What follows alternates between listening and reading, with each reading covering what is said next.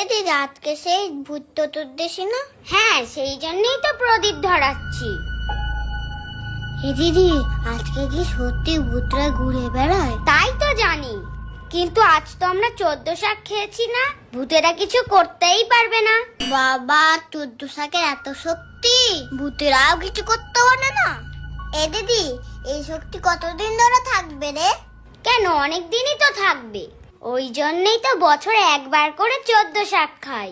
এ দিদি শোন, এবার ভূত আসুক না আমার কাছে, এমন মার মারবো বনমন করতে করতে পৃথিবীর বাইরেই চলে যাবে।